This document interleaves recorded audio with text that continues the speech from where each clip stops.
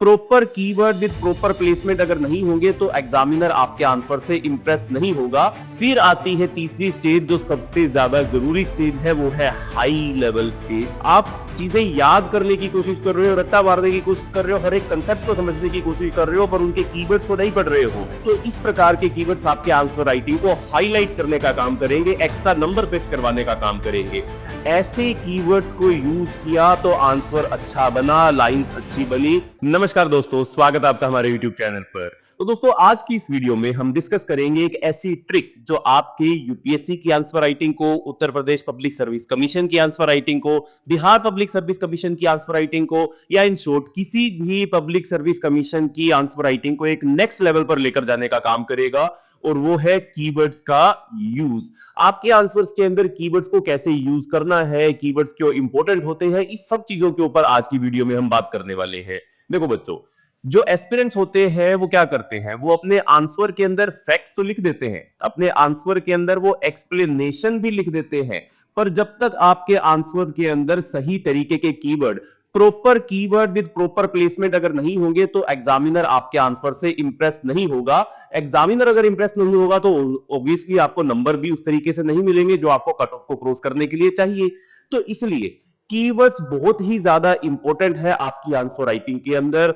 कौन से keywords GS के पेपर के लिए आप यूज कर सकते हो और किस तरीके से आप इन्हें अपने आंसर में फिट कर सकते हो, और कैसे आपको कीवर्ड की एक प्रॉपर लिस्ट तैयार करनी है, क्या एक प्रोसेस होता है, किन किन स्टेजेस से एक एस्पिरेंट को गुजरना पड़ता है ताकि वो अपने एग्जाम के स्टैंडर्ड के अकॉर्डिंग एक कीवर्ड बैंक जो है वो प्रिपेयर कर सके।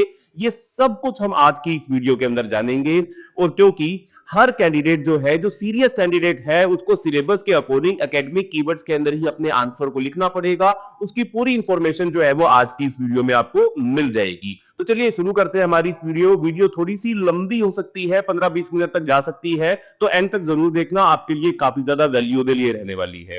तो सबसे पहले अगर हम बात करें, अगर मैं सिंपल एक्सप्लेनेशन दूं आपको कि कीवर्ड्स होते क्या है, तो keywords are those words or phrases that are very crucial for a question, which represent the core concept and show you understand the topic very good।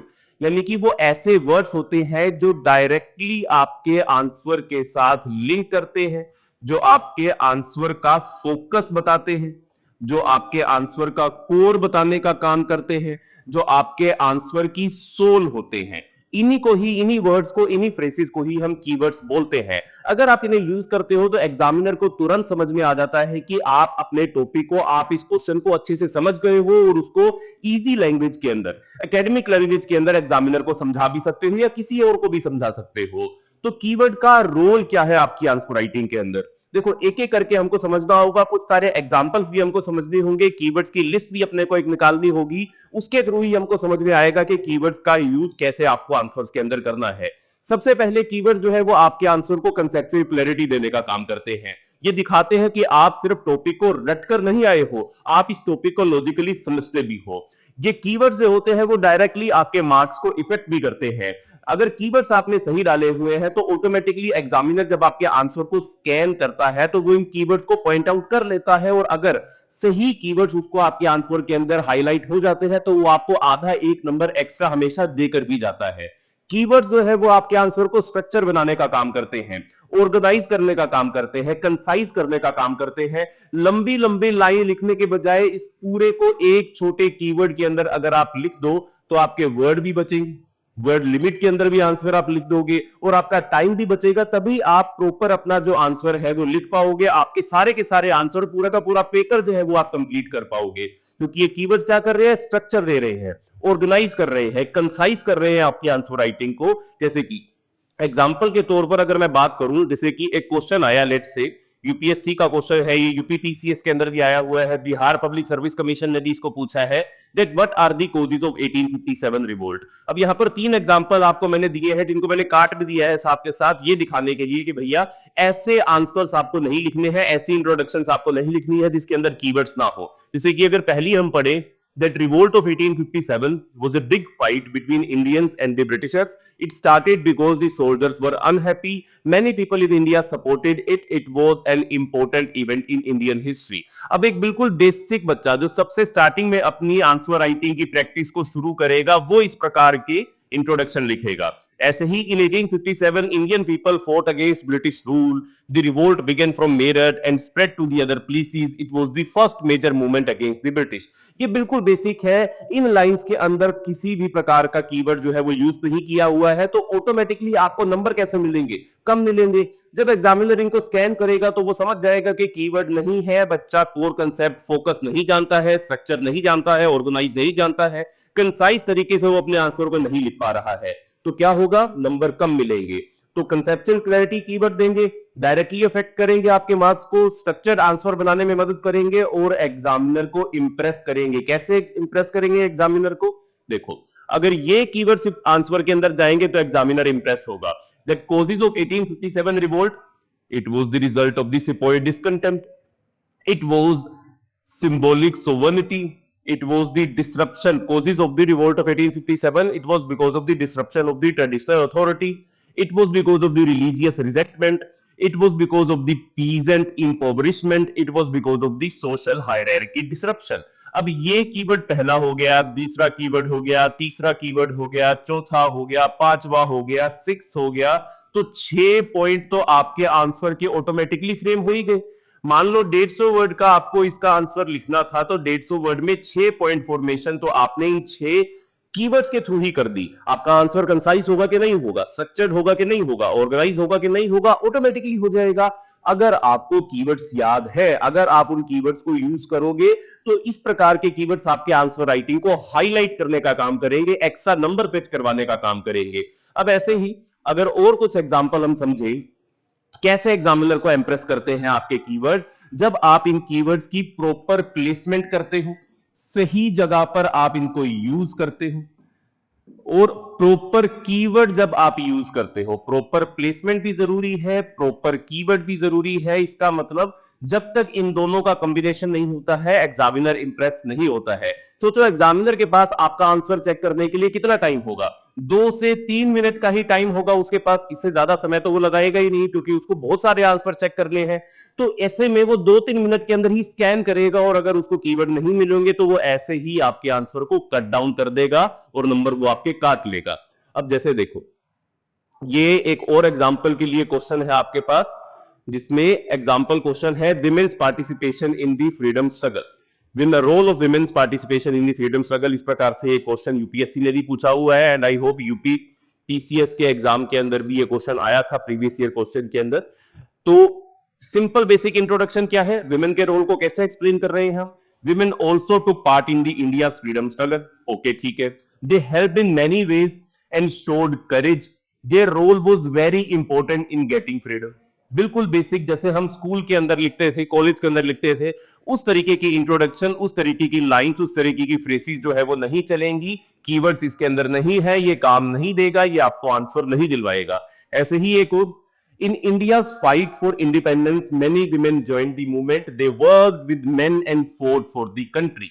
ये भी एक अच्छा लाइन लग रहा है आपको, बट ये भी आपको आंसर मार्क्स फेच नहीं करवाएगा, इसमें भी कीवर्ड नहीं है। ऐसी ही एक और लाइन है, women played a big role in the freedom struggle, some of them fought in the battles and some helped by organising protest. बात सही है, बात तीनों में गलत नहीं है, बात तीनों में एकदम सही है, बट कीवर्ड्स का यूज नहीं है। कीवर्ड्स का यूज नहीं है तो नंबर नहीं आएगा। कीवर्ड्स कैसे होने चाहिए थे इसके अंदर? कीवर्ड्स होने चाहिए थे that women's participation in the freedom struggle, it symbolized inclusiveness, it symbolized cultural awakening, it symbolized civilizational continuity, it symbolized nationalist mobilization। ऐसे कीवर्ड्स को यूज किया तो आंसर अच्छा बना, लाइंस अच्छी बनी, जिसके बाद नंबर भी ऑटोमेटिकली आएंगे ही आएंगे। आपने क्या किया? आपने 4 कीवर्ड्स यूज करके 4 बुलेट पॉइंट बना दी।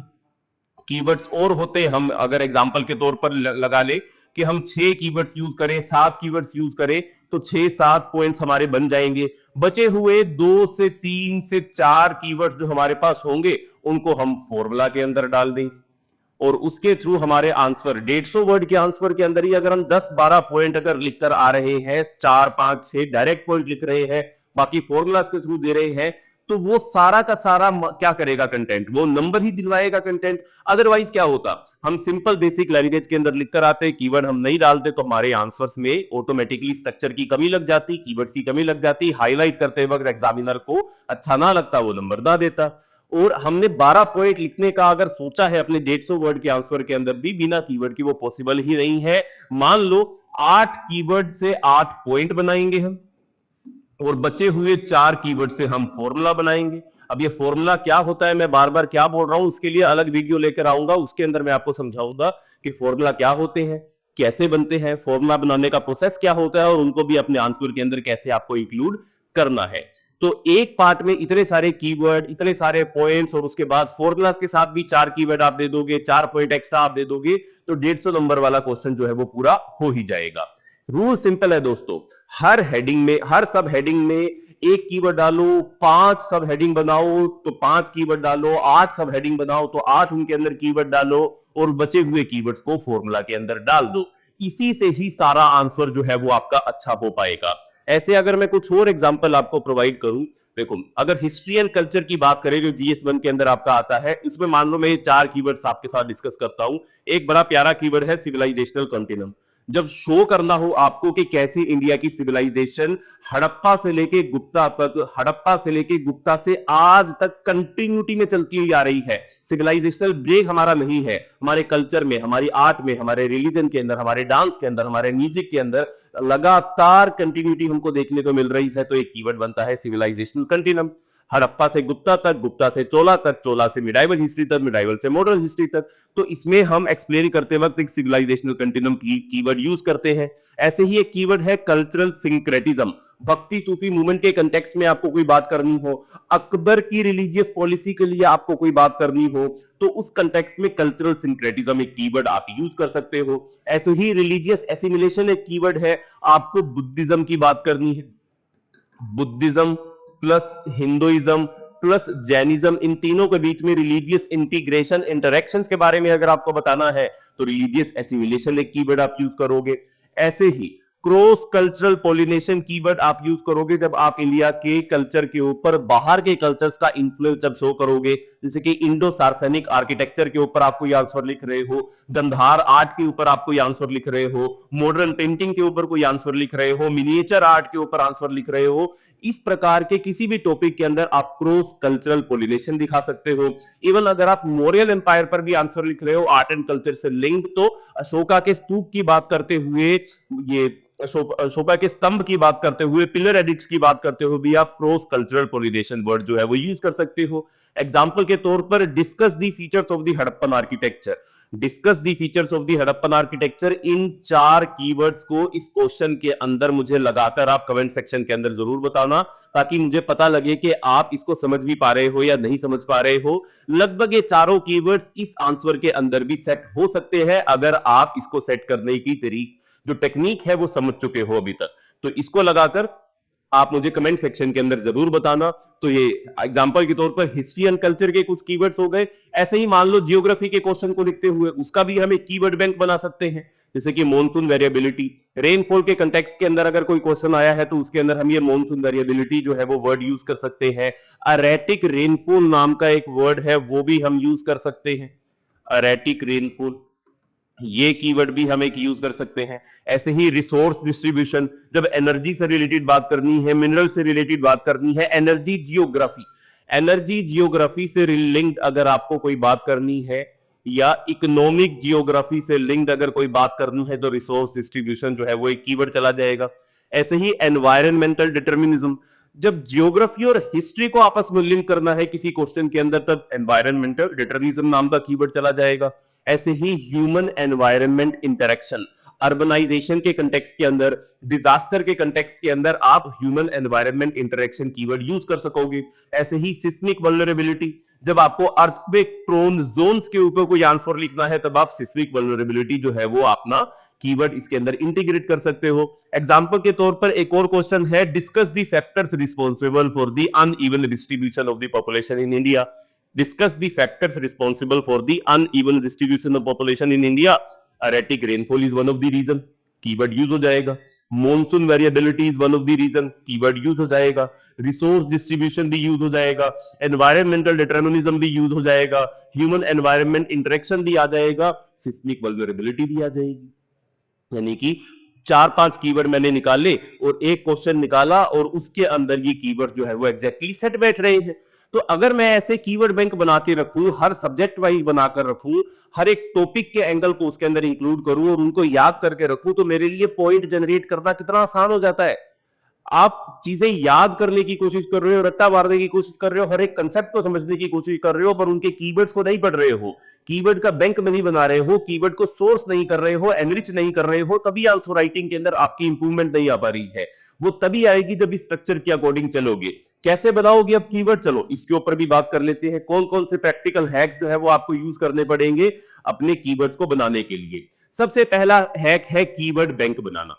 हर सब्जेक्ट के लिए आपको एक कीवर्ड बैंक बनाना पड़ेगा। जीएस 1, 2, 3, 4 उनके अंदर भी जितने जितने सब्जेक्ट आते हैं सबके लिए एक कीवर्ड बैंक आपको बनाना रहेगा और तभी ये कीवर्ड्स जो है वो आपको याद भी हो पाएंगे। फिर हैक 2 है, इनकी आपको प्रैक्टिस करनी पड़ेगी। कीवर्ड बैंक बनाने के बाद पीवाईक्यूज को सोल्व करना पड़ेगा और उन पीवाईक्यूज के अंदर उन कीवर्ड को ऐड करना पड़ेगा, बार बार उनकी प्रैक्टिस करनी पड़ेगी, तभी वो कीवर्ड जो है वो धीरे धीरे रूटीन लैंग्वेज के अंदर जबान पर आने लगेंगे। ऐसे ही तीसरा हैक रहेगा, इसकी बार बार रिवीजन करनी होगी। Revise and repeat, revise and repeat. क्या करना होगा, स्टिकी नोट्स बनाने होंगे, माइंड बैंक बनाने होंगी, अपने शॉर्ट नोट्स प्रिपेयर करने होंगे, उनको अपनी टेबल के सामने लगाकर रखना होगा और बार बार उनको याद करना होगा, बार बार उनको हाईलाइट करना होगा, बार बार उनकी प्रैक्टिस करनी पड़ेगी।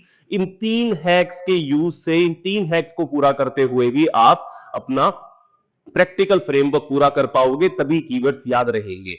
और एक चीज और याद रखो, कीवर्ड्स लिखने का मतलब है एकेडमिक वोकैबुलरी में ये लिखना, या फिर कीवर्ड्स लिखने का मतलब है एकेडमिक भाषा में बात करना, ना कि डिफिकल्ट इंग्लिश में लिख देना, ना कि डिफिकल्ट हिंदी के अंदर लिख देना। एग्जामिनर को इंप्रेस करना है, एग्जामिनर को कंफ्यूज नहीं करना है। कीवर्ड्स को बनाना, कीवर्ड्स को एनरिच करना, कीवर्ड्स को चूज करना, ये सब कुछ भी आपको साथ में सीखना पड़ेगा। अब कीवर्ड बैंक कैसे बनाया जाएगा, कीवर्ड बैंक बनाने के लिए, इसके लिए भी आपको 3 स्टेजेस को ही फॉलो करना होगा। You have to choose keyword, you have to create your own keyword and you have to enrich already created keywords. सबसे पहली स्टेज के अंदर आप सिर्फ कीवर्ड्स को चूज करोगे। आप क्या करोगे, आप सिर्फ और सिर्फ स्टेज 1 में इजी लेवल कीवर्ड्स को आइडेंटिफाई करोगे और उनको कॉपी पेस्ट करोगे। इस स्टेज में एक बिगिनर सिंपली अपनी स्टैंडर्ड सोर्सेज को पढ़ेगा, न्यूज़पेपर को पढ़ेगा, एनसीईआरटी को पढ़ेगा, उसमें से कीवर्ड्स को आइडेंटिफाई करेगा, उनको कॉपी करेगा और अपने नोटबुक के अंदर, अपने रजिस्टर के अंदर उनको लिखना शुरू कर देगा। कीवर्ड्स जैसे कि मान लो आप एनसीईआरटी पढ़ रहे हो या आप न्यूज़पेपर पढ़ रहे हो, न्यूज़पेपर के अंदर लिखा हुआ है there is gender gap in workforce participation. क्या लिखा हुआ है, देयर इज, लेट्स से लिखा हुआ है there is gender gap in workforce participation, ये लिखा हुआ है आपके न्यूज़पेपर के अंदर। अब ये इतनी लंबी लाइन है, इसको मैं कीवर्ड में रिड्यूस करूंगा। कैसे रिड्यूस करूंगा इसको कीवर्ड के अंदर, इसकी जगह मैं लिख दूंगा there is patriarchal labour dynamics in India. ये कीवर्ड हो गया, मैंने इसको रिड्यूस कर दिया है कीवर्ड के अंदर। तो धीरे धीरे धीरे धीरे स्टेज 1 के बाद जब स्टेज 2 आएगी तब आप लाइंस को कीवर्ड के अंदर रिड्यूस करना शुरू कर पाओगे। पर पहली स्टेज में क्या करना है, you have to choose. NCERT पढ़ो, न्यूज़पेपर पढ़ो, स्टैंडर्ड सोर्सेज पढ़ो, जितनी भी बुक्स आपके पास है उन सबको स्कैन करते चलो और वहां से कॉपी पेस्ट करते चलो, अंडरलाइन करते चलो, उनको नोट बनाते रहो, अपनी डायरी के अंदर इंक्लूड करते रहो। पहली स्टेज 1 में you only have to choose. Then stage 2 में you have to create your own keyword. जैसे कि यहां पर मैंने एग्जांपल के तौर पर बोला gender gap in workforce participation, keyword आ जाएगा पैट्रियार्कल लेबर डायनेमिक्स। जब ऐसे 100, 200, 300 कीवर्ड्स आप चूज कर लोगे तब सेकंड स्टेज जो क्रिएशन वाली आएगी, तब तक आते आते आपको ये वाली जो ट्रांसफॉर्मेशन है वो अचीव हो चुकी होगी। ये मीडियम लेवल के ऊपर हो पाएगा। सिंपल लेवल पर, इजी लेवल पर सिर्फ चूज करना है। मीडियम लेवल पर जब आ जाओगे, 1 महीना 2 महीना जब बीत चुका होगा, तब ट्रांसफॉर्म करना सीखोगे, तब फ्रेम करना सीखोगे, तब अपने कीवर्ड्स क्रिएट करना खुद सीखोगे। यहां आप एक नॉर्मल लाइन को लोगे उसको एकेडमिक बनाकर उसके अंदर से कीवर्ड को निकालोगे, उसको फ्रेम करोगे, सोचोगे उसको बैठकर और उसको रिड्यूस करने की कोशिश करोगे एकेडमिक लैंग्वेज के कीवर्ड के अंदर। जैसे कि कभी भी पढ़ा India has a young population, उसको ऑटोमेटिकली डाल दिया डेमोग्राफिक डिविडेंड नाम के कीवर्ड के अंदर। कभी भी पढ़ा कास्ट सिस्टम क्रिएट्स इनइक्वालिटी, तो उसको ऑटोमेटिकली एक कीवर्ड के अंदर डाल दिया, कीवर्ड का नाम है सोशल स्ट्रेटिफिकेशन। क्या पढ़ा आपने? कास्ट सिस्टम क्रिएट्स इनइक्वालिटी, उसको ऑटोमेटिकली डाल दिया एक कीवर्ड के अंदर सोशल स्ट्रेटिफिकेशन। पढ़ा India has a young population, उसको डाल दिया एक कीवर्ड के अंदर जिसका नाम है डेमोग्राफिक डिविडेंड। तो ये सेकंड स्टेज में जब आप आओगे तब ऐसे कीवर्ड्स फ्रेम होने सीख जाओगे, वो भी यूपीएससी के लेवल की, यूपीपीसीएस के लेवल की, बीपीएससी के लेवल की जो वोकैबुलरी है उसके अंदर कन्वर्ट करना आप सेकंड स्टेज में आते आते सीख जाते हो। जब 300-400 कीवर्ड्स को आपने चूज कर लिया होता है बेसिक सोर्सेज को पढ़ने के बाद, सेकंड स्टेज में मीडियम लेवल में 2-3 महीने के इस ट्रांसफॉर्मेशन के बाद आप ऑटोमेटिकली अपने कीवर्ड्स क्रिएट करना सीख लेते हो। फिर आती है तीसरी स्टेज, जो सबसे ज्यादा जरूरी स्टेज है, वो है हाई लेवल स्टेज, एनरिच करने वाली स्टेज, इनोवेट करने वाली स्टेज। इसके ऊपर लेट से 2 महीने लगा दिए, इसके ऊपर 2 महीने लगा दिए, फिर 1 महीना ही लगेगा आपको कीवर्ड्स को एनरिच करने के अंदर। 1 महीने के ही प्रोसेस के अंदर आप एनरिचमेंट जो है वो सीख जाओगे। कैसे सीखोगे, कैसे एनरिचमेंट करोगे? एग्जांपल के तौर पर अगर मैं आपको दूं, जब तीसरी स्टेज के अंदर आप आ जाओगे तो आप कुछ एग्जांपल के तौर पर करंट अफेयर पढ़ रहे हो, आपने नीति आयोग की एक रिपोर्ट पढ़ी जिसके अंदर लिखा हुआ है uneven regional development. Uneven regional development अपने अंदर खुद एक कीवर्ड है, ये अपने अंदर खुद एक कीवर्ड है। आप इसको पहले से ही चूज करके उसके ऊपर ट्रांसफॉर्मेशन करके स्टेज 1 और स्टेज 2 से निकल कर आए हो, लेकिन जब आप तीसरी स्टेज में पहुंचोगे तब इसके साथ आप एक और कीवर्ड अटैच करोगे, इसको और इनोवेट करने की कोशिश करोगे। इस अनइवन रीजनल डेवलपमेंट में से आप एक कीवर्ड बनाओगे जिसको आप लिखोगे spatial inequality, that India is facing spatial inequality, uneven regional development, spatial inequality। एक और इनोवेशन हो गई, एक नया कीवर्ड निकल गया, स्टेज 3 में हो पाएगा ये। ऐसे ही मान लीजिए एग्जांपल के तौर पर यूएनडीपी की एक रिपोर्ट पढ़ी, ह्यूमन डेवलपमेंट रिपोर्ट आपने पढ़ी, जिसके अंदर लिखा हुआ है लो ह्यूमन कैपिटल फॉर्मेशन। ये अपने आप में एक कीवर्ड है। इसको कैसे एनरिच करोगे, इसको कैसे इनोवेट करोगे? इसमें आप लिख दोगे that India is facing capability deficit. ये इनोवेशन हो गया। ये थर्ड स्टेज में आओगे तो इनोवेशन सीख जाओगे। ऐसे ही मान लो आईपीसीसी की एक रिपोर्ट है जिसमें लिखा हुआ है rising frequency of extreme event.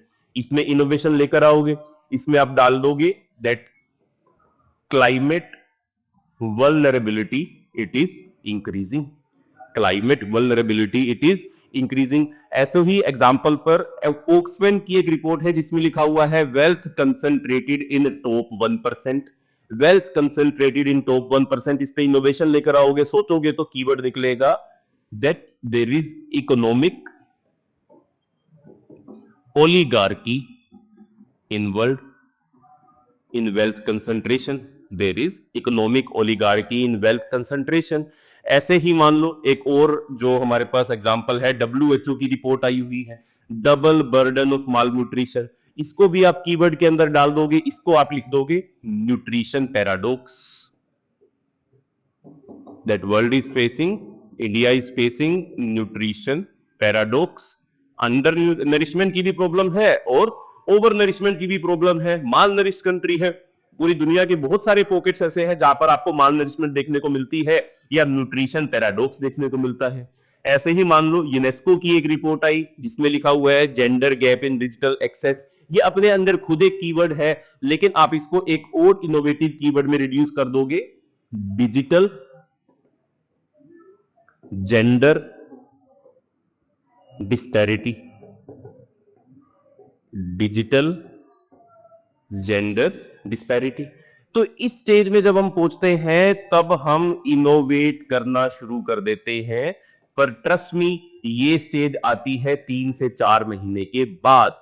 इस स्टेज में आपका आंसर एकदम अलग हो जाता है, क्योंकि एग्जामिनर को आप दिखा पाते हो कि मैं जो कैंडिडेट हूं, मैं सिर्फ रट्टा मारकर नहीं आया हूं, मैं कंसेप्चुअली काफी ज्यादा मैच्योर हो चुका हूं। मैं कीवर्ड्स फ्रेम करना भी जानता हूं, ट्रांसफॉर्म करना भी जानता हूं, एनरिच करना भी जानता हूं और उनको इनोवेट करना भी जानता हूं। मैं किसी भी चीज के, किसी भी क्वेश्चन के फोकस को समझ सकता हूं और कंसेप्ट को समझ सकता हूं और उसको अपने आंसर के अंदर डाल भी सकता हूं। ये स्टेज जब आ जाएगी तब हमारा काम जो है वो हो जाएगा, और मतलब काम शुरू हो जाएगा। शुरू कैसे हो जाएगा? तीसरी स्टेज पर आते ही हमको करनी होगी डेली कीवर्ड माइनिंग। हम करेंगे डेली कीवर्ड माइनिंग, और वो कहां से होगी? वो होगी इस न्यूज़पेपर से। डेली कीवर्ड हिंदू पढ़ेंगे, डेली कीवर्ड्स के लिए हम एडिटोरियल पढ़ेंगे, इंडियन एक्सप्रेस पढ़ेंगे।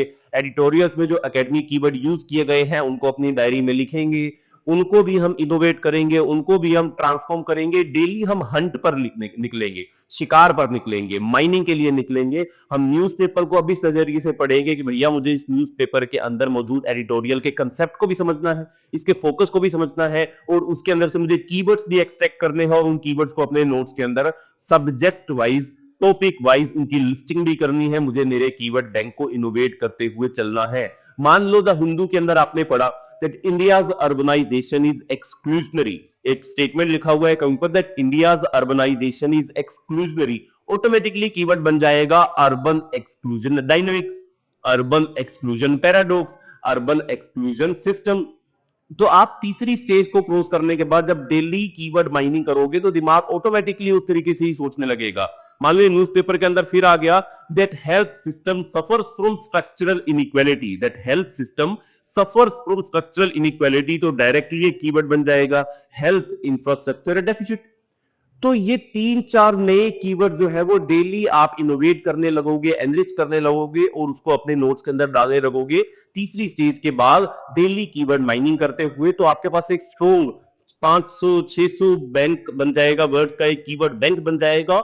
एंड ट्रस्ट मी, जब आपने ये खुद इनोवेट करके, एनरिच करके अपना एक कीवर्ड बैंक बना लिया तो आंसर कोई भी लिखने के लिए आपको बोल दिया जाए, कोई भी क्वेश्चन आपके सामने दे दिया जाए, अगर आपको वो कीवर्ड्स याद है, टॉपिक वाइज याद है, तो आप आंसर चुटकियों के अंदर लिख दोगे, टाइम लिमिट के अंदर लिख दोगे और उससे आपके आंसर राइटिंग की क्वालिटी वो बहुत ही ज्यादा इंप्रूव हो जाएगी। तो दोस्तों समझ गए, कीवर्ड मेकिंग एक प्रोसेस है। पहली स्टेज में आइडेंटिफाई करो, सेकंड स्टेज में नॉर्मल लाइंस को एकेडमिक फ्रेम में बदलो, तीसरी स्टेज में फाइनल स्टेज के अंदर रिपोर्ट्स को पढ़ो, कंसेप्ट्स को पढ़ो, अखबार को पढ़ो और इनोवेट करना शुरू करो अपने कीवर्ड्स को। इस प्रोसेस से आपके आंसर्स एकदम स्ट्रक्चर्ड होंगे, एग्जाम फिट होंगे और यूनिक भी लगेंगे। और सबसे बड़ी बात, एग्जामिनर को लगेगा कि कैंडिडेट की लैंग्वेज ही यूपीएससी स्टैंडर्ड की लैंग्वेज है। तो दोस्तों यही पूरा प्रोसेस है कीवर्ड का। आज हमने समझ लिया कि यूपीएससी के जीएस1 में कीवर्ड्स को कैसे आंसर्स के अंदर स्टैंड आउट करने के लिए यूज करना है। हिस्ट्री का एग्जांपल लिया, कल्चर का एग्जांपल लिया, सोसाइटी का एग्जांपल लिया, ज्योग्राफी का एग्जांपल लिया। हर सेक्शन में अपने अपने स्ट्रॉन्ग कीवर्ड्स बनाना और उनको यूज करना अपने आंसर के अंदर हमने सीखा। अगली वीडियो में हम बात करेंगे ग्राफ्स कैसे यूज करते हैं, डायग्राम कैसे यूज कर सकते हैं, फॉर्मूलाज कैसे यूज कर सकते हैं अपने जीएस के आंसर्स के अंदर। तो उसको देखने के लिए चैनल को सब्सक्राइब अभी कर लो, और अगर ये वीडियो हेल्पफुल लगा हो तो वीडियो को लाइक करके जरूर जाना। मिलते हैं अगली वीडियो के अंदर, तब तक के लिए बाय बाय, धन्यवाद, जय हिंद।